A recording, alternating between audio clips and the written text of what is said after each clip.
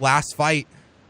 Very, very kind of not confusing, but up and down career for the Phenom. Obviously came to the UFC guns blazing when he was 19 years old, and that's how he became the Phenom, and then kind of seemed to burn out quickly, and then he found TRT and possibly human growth hormone and possibly steroids and possibly whatever else might make him an insane, juiced up version of himself back when he was knocking out Michael Bisping and Luke Rockhold with head kicks.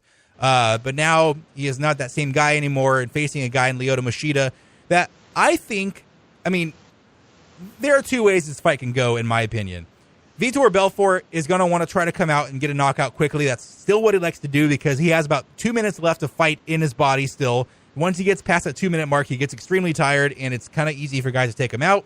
And then Lyoto Machida is a guy who feeds on other fighters' aggression. So if Vitor is being aggressive, he can easily counter and knock him out. And both these guys' chins have seen much better days, so it very well could be over very quickly. Or if we see both these guys, or we see Vitor tire and Lyoto Machida does not pressure, we could see a fight that goes 3 rounds that in the third round might be very boring.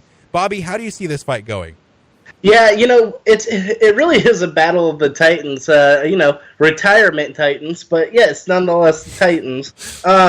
This fight would have been very interesting maybe 5, 6, 7 years ago. Now it just doesn't have the luster as it being, this fifth card on the main card, the first one of the show. It's really kind of disappointed to see these guys have to fight this fight now, but hey, it'll be an entertainment fight for the fans, and the fact that it's a fight that many fans have wanted for years. So to see this, I really like this matchup. You kind of nailed it on the head with Vitor being the type of fighter he is, where he runs in there, charges, tries to get the knockout right away. Once he gets past the 2 minute mark, he really starts to slow down. You really see him winded, especially at his older age now. This is where guys, in his last few fights have taken advantage of that by being able to get the TKO because he's winded, he's older, he tries to get that knockout, he tries to get the fans on their feet right from the start, and then it all catches up to him when he can't get it done like he used to be able to. But saying that, seeing Lyoto Machida in there, watching him over the years, this guy likes to sit back, use his karate style, and really confuse opponents. We've seen so many guys get into the octagon with him and really just fall apart in the ring, think they have a game plan going in, then start to fight Lyoto Machida and realize, man, I don't know what this guy's doing. I don't know how he's doing this. Where is his head at? Why is he so defensive?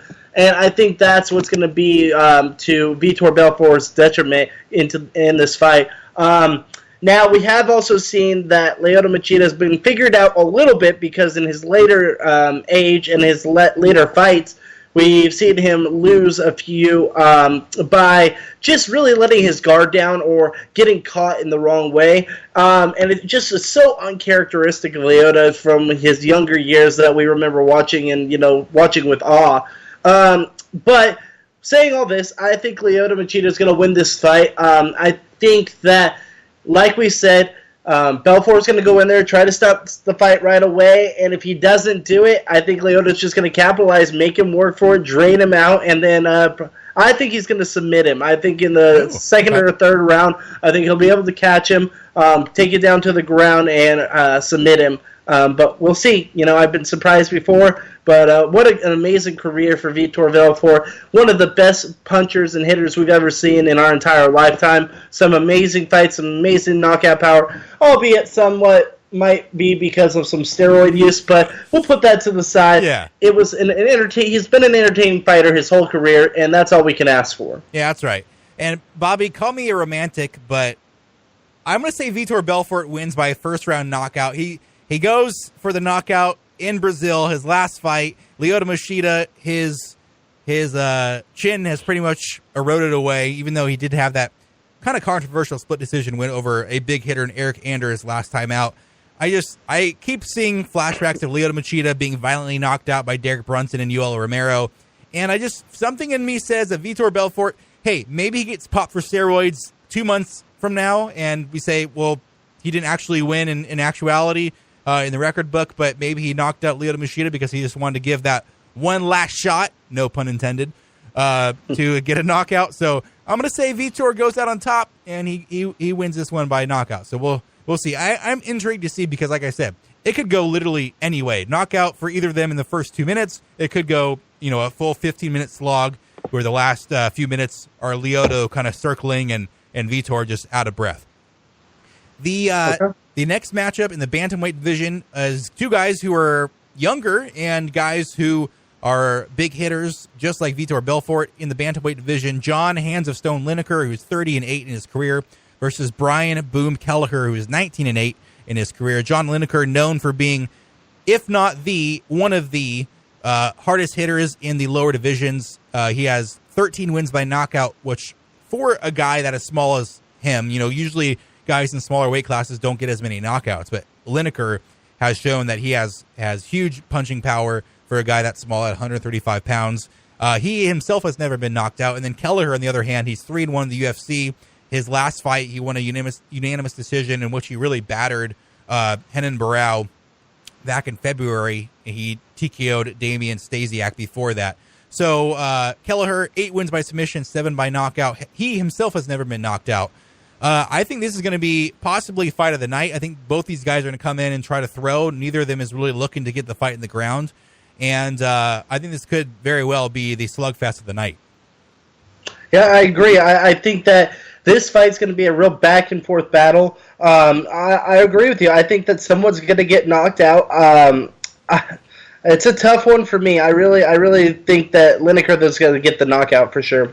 Yeah, I have a Lineker by round 3 TKO. So I think one of these guys gets their first knockout loss of their career. I think it's Kelleher. I think Lineker just has shown a better resume. He's obviously been in the UFC for a lot longer than Kelleher.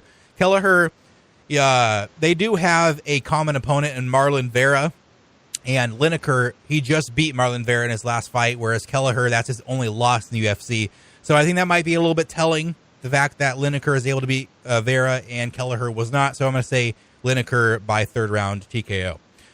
The third fight of this card is kind of one that, if you don't know the background for this, might be a little bit puzzling. It is a women's strawweight match between Mackenzie Dern, who is 6-0, facing off with a 3-3 fighter in Amanda ABC Cooper. And if you don't know why this is put there, the reason why it's being put this high in the card is because Mackenzie Dern is someone that the UFC is trying to make into really the next Ronda Rousey. She is a world-class Brazilian jiu-jitsu artist. She has won 21 gold medals in jiu-jitsu championships over the last 5 years. She's only 25 years old. Her dad is a 5th-degree black belt under a Gracie. He taught her, obviously, the craft. And her stepmom is also a black belt in jiu-jitsu. And she's also in the Ronda Rousey mold, where she is a quite pretty woman. So it is someone that the UFC is trying to build around. She had her first fight in the UFC back in March. Not really a very impressive performance. She won by split decision over Ashley Yoder, who is now 0-3 in the UFC. She only completed 1 of her 6 takedowns. But once she did take Yoder down in the third round, you saw how good her jiu-jitsu is. She was able to pass easily and almost get the submission in the end of the third. Cooper, she is 2-1 in the UFC, and I think this highlights what the UFC wants to happen in this as much as anything. All 3 of her losses in her career, again, she's 3-3. All 3 of her losses are by submission. I think Mackenzie Dern takes this one easily in the first round by submission. You're completely right. This fight should not be on the main card or not be positioned where it's at all. But because of the fact that Dana White and UFC want to make Mackenzie Dern into the next big... Really, they can't get anyone to beat Cyborg, and Ronda Rousey's in the WWE now. Yeah. And really, Mackenzie Dern is so much more relatable than Cyborg is to a lot of, U.S. fans and, women fighters out there, in my opinion. Reason why we see it as high as we do. And don't get me wrong, she's a fantastic fighter, but she's also one of those fighters that I feel like might be a one-trick pony. Sure.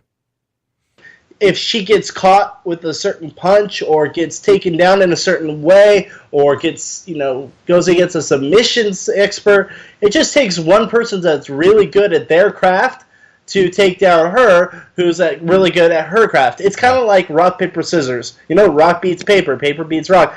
Or you know what I meant. Yeah. So what it only takes one person to dominate that one skill set for them to beat her. Sure. So that's where I worry for the UFC because, yes, she's 6-0. Yes, she'll probably win this fight. But once she fights someone of substance that, say she fought like a cyborg who's a punching machine, who can easily knock out anyone in any women's division, in my opinion.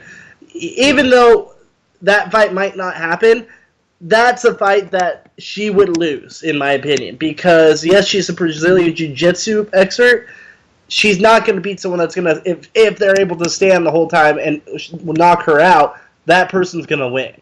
You know what I mean? No, so for sure, yeah. I feel like that's where this is kind of falling apart for the UFC, but I see what they're trying to do. Yeah, and I think the fact they're putting her up here, they're trying to get people to really latch onto her quickly, even though she's probably not ready for that. I mean, like I keep saying, she's only 6-0. She's only 25 years old. She is very raw in her stand-up. I mean, she's okay. I mean, she's not going to wow anyone, but she's not terrible. But she is still someone who has to fine-tune the, other aspects of her mixed martial arts game. It's one thing to be an expert jiu-jitsu artist. It's another thing to be a very complete mixed martial artist and be able to compete in all aspects. And I think they're kind of hoping she learns on the fly here, and they're hoping that by putting her up against people who don't have great submission defense, who won't offer too much of a challenge, that they'll be able to grow her popularity while she learns. And by the time she's good enough to challenge for a title, that she'll be popular enough to get some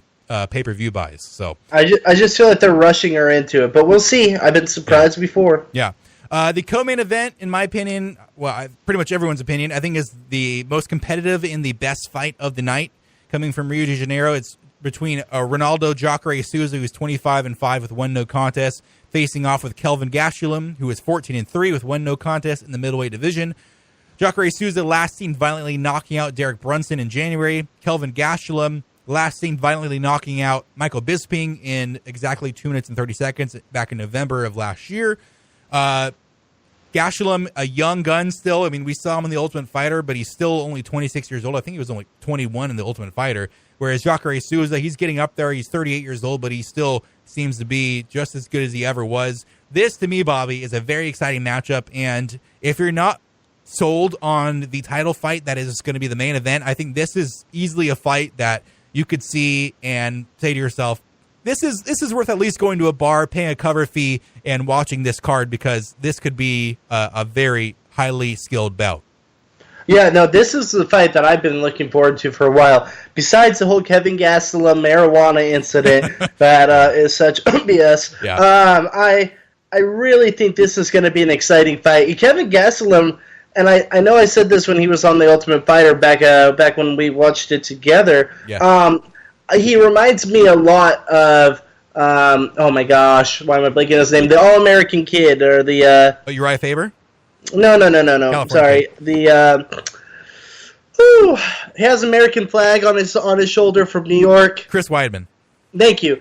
Reminds me just like Weidman, not only by looks, but by his build and his fighting technique.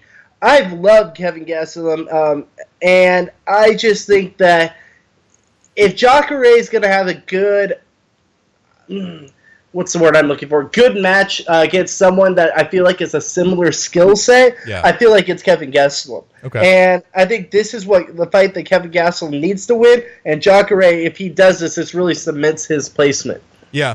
No, it's Jacare. I mean, he's been around the title picture for a while. We thought maybe he was out of that picture permanently when he was TKO'd by Robert Whittaker, but then Robert Whittaker went on to win the middleweight title after that win over Jacare, so that was kind of vindicated Jacare losing to him. And really his only 2 big losses in the UFC are to Robert Whittaker, who is a champion, and to Yoel Romero, who he lost to in a split decision that was kind of controversial, who is fighting for the middleweight title. He's the middleweight interim titleist right now. So Jacare, obviously a guy who can knock you out or submit you, has 21 wins by stoppage in his 25 wins in his career, 14 by submission, 7 by knockout. He may be the best submission artist in the middleweight division, even at age 38.